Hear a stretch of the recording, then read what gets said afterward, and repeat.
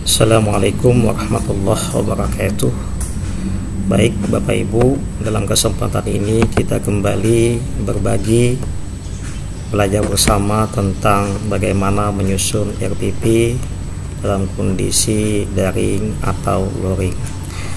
Bapak Ibu sekalian, penyusunan RPP merupakan tahap pertama atau langkah awal di dalam kegiatan pembelajaran.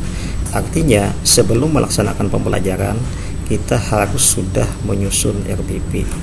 Kegiatan pembelajaran tanpa penyusunan RPP, tanpa lebih dulu menyusun RPP, sama saja kita tidak punya rencana. Jadi semacam kegiatan pembelajaran yang sifatnya tiba-tiba.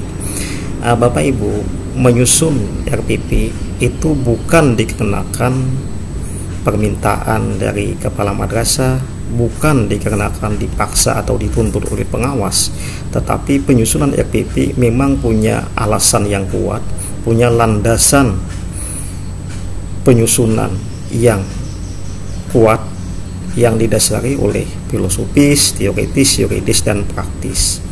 Nah, secara filosofis bahwa setiap pekerjaan itu idealnya diawali dengan rencana. Jadi kalau kita ingin mengajar, maka harusnya ada rencana pengajaran. Kita ingin melakukan sesuatu, harusnya memang disertai dengan rencana, dengan niat. Jadi pekerjaan yang tidak disertai dengan rencana sama saja dengan pekerjaan yang sifatnya insidental, tiba-tiba saja. Nah, kemudian secara teoritis, rencana yang bagus akan menghasilkan pekerjaan yang bagus. Bapak Ibu membuat RPP yang bagus sama saja dengan merencanakan pekerjaan yang bagus. Nah, kemudian kita menyusun RPP itu dikarenakan memang ada aturan yang mengharuskan kita untuk menyusun RPP.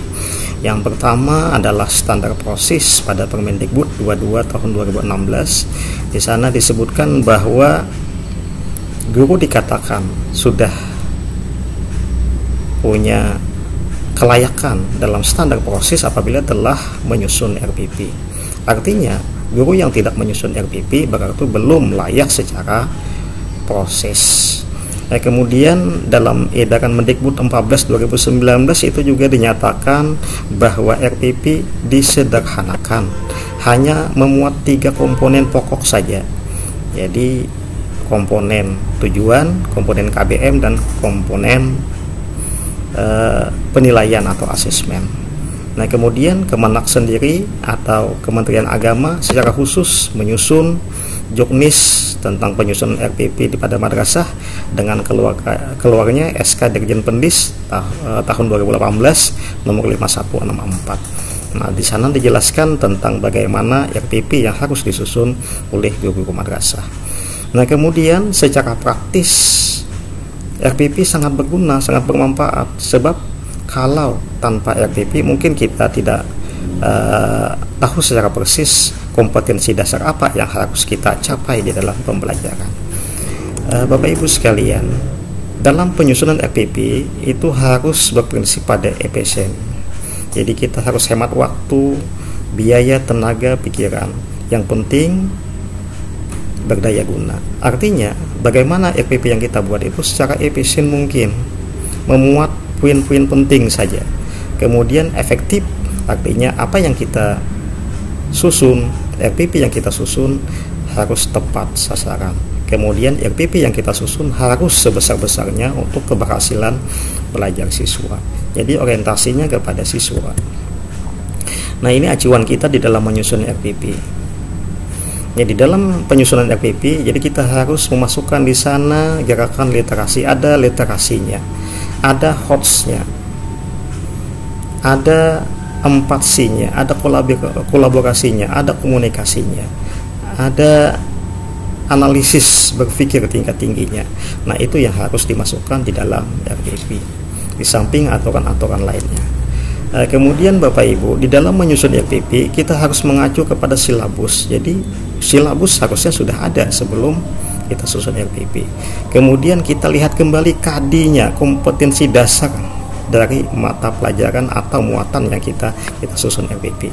Kemudian pokok teksnya, buku panduan guru kita lihat. Kalau tematik ada buku panduan guru, ada buku teksnya, buku pelajaran siswa. Nah, kemudian ciri khas pembelajaran abad 21 terkait tadi pendidikan karakter, penguatan pendidikan karakter, literasi, 4C dan juga HOTS-nya. Itu harus kita masukkan atau kita munculkan di dalam RPP. Nah, kemudian model RPP bisa macam-macam, bisa bentuk bagan, bisa uraian, bisa bentuk lain yang sederhana. Yang penting menggambarkan muatan pokok pembelajaran atau skenario pembelajaran yang dijalankan oleh peserta didik. Nah, satu RPP itu boleh 1 kali pertemuan, boleh lebih. Nah, kemudian penyusunan RPP sederhana di dalam edaran Kemendikbud. Itu maksudnya penyusunan RPP itu menghindari uraian atau paparan berlebihan. Artinya kalau bisa 1 halaman silahkan, kalau bisa 2 halaman silahkan, tidak mesti berpuluh-puluh halaman untuk 1 kali pertemuan. Kemudian RPP cukup memuat pokok-pokok pikiran yang diperlukan dalam pembelajaran. Yang penting guru bisa berkreativitas, guru bisa mungkin untuk berkembang. Kemudian RPP jangan menjadikan guru terkungkung, seakan-akan guru terikat langkah demi langkah harus mengikuti RPP. Jadi RPP poin-poin pokok saja dikembangkan lebih lanjut di dalam pelaksanaan. Nah, kemudian dalam peraturan Mendikbud, edaran Mendikbud 22 tahun 2016 tentang standar proses ada 13 komponen. Nah, oleh edaran terakhir dari Mendikbud nomor 14 tahun 2019 disederhanakan menjadi komponen inti hanya 3 saja: tujuan, langkah-langkah pembelajaran atau KBM, kemudian penilaian. Jadi tujuan, KBM-nya, kemudian penilaian, 3 komponen pokok yang harus dimuat. Selainnya hanya sifatnya pelengkap. Nah, kemudian dalam tujuan pembelajaran itu yang penting gunakan kata-kata operasional, KKO, kata kerja operasional. Kata kerja operasional dapat diamati, dapat diukur. Itu yang penting yang harus ada di dalam tujuan pembelajaran. Kemudian dalam KBM yang harus dimunculkan adalah kegiatan pendahuluan, kegiatan inti, dan juga kegiatan penutup. Nah, di dalam kegiatan inti harus di sana muncul terkandung saintifiknya, literasinya, dan C4-nya. Itu yang kita munculkan di dalam kegiatan inti. Nah, kemudian dalam penilaian munculkan teknik yang kita gunakan dan instrumen penilaian. Apakah terlampir, silahkan ditulis terlampir, tetapi nanti selanjutnya kita buat lampirannya. Nah, kemudian ini contoh RPP pembelajaran daring sesuai dengan kondisi kita saat ini. Jadi ada identitasnya, kemudian ada tujuan pembelajaran. Nah, kita lihat di sini KKO-nya adalah menemukan ide-ide pokok, menemukan, mengidentifikasi, menyebutkan. Nah, ini semua termasuk dalam kata kerja operasional. Kalau mengetahui, memahami bukan kata kerja operasional. Jadi dalam tujuan pembelajaran cantumkan kata kerja operasional.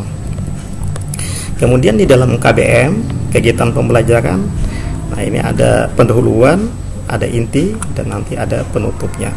Nah, pendahuluan itu dimasukkan persepsinya, motivasi, kemudian menyiapkan peserta didik atau orientasi.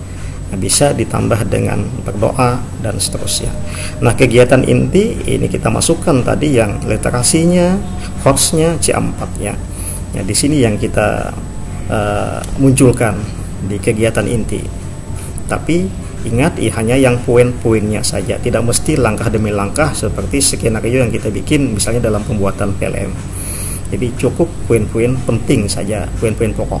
Kemudian di penutup, nah ini bisa meresum, kemudian kita masukkan misalnya refleksi, kemudian juga gambaran tindak lanjut atau kegiatan-kegiatan langkah-langkah pembelajaran di hari yang mendatang.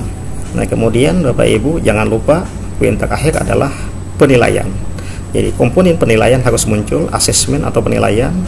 Jadi di sini dicantumkan lihat lampiran, artinya ada lampiran sesudah ini. Nah, kemudian nah ini contoh juga. Nah, ini tujuan tidak ada tujuan, artinya ini sudah kehilangan komponen tujuan. Tujuan ada yang muncul tetapi isinya tidak ada, harusnya dimunculkan. Nah, KBM-nya ini tahap awal, nah boleh seperti ini. kemudian kegiatan intinya boleh, kemudian kegiatan akhirnya ya boleh seperti ini. Nah, penilaian akhirnya juga sudah masuk.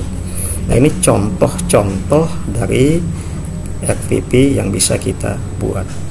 Nah, kemudian kalau di dalam lampiran juknis dari Kementerian Agama di Dirjen Pendis tentang penyusunan RPP, ini contoh-contoh kegiatan pendahuluan, kegiatan inti, dan kemudian kegiatan penutup. Nah, ini ada di juknis penyusunan RPP pada madrasah di lampiran. Ini contoh. Nah, kemudian yang perlu kita perhatikan bahwa pengawas sekolah itu diminta tidak fanatik dengan format. Artinya kami pengawas tidak menyalahkan dengan format-format yang Bapak Ibu buat selama esensi substansinya tidak menyalahi ketentuan. Jadi jangan takut formatnya berbeda, jangan takut bentuknya berbeda, yang penting esensi substansi dari RPP itu sesuai. Kemudian kepala madrasah dan pengawas hanya sebagai pendamping guru, membantu mewujudkan RPP yang bagus, yang sesuai yang dikehendaki, bukan sebagai penentu bentuk RPP. Artinya harus begini-begini, bukan begitu. Jadi kami hanya sebagai pendamping. Mudah-mudahan dengan pendampingan ini, dengan bimbingan, Bapak Ibu bisa mengetahui mana RPP yang sesuai dengan ketentuan. Jadi kami bukan menentukan benar atau salahnya bentuk RPP.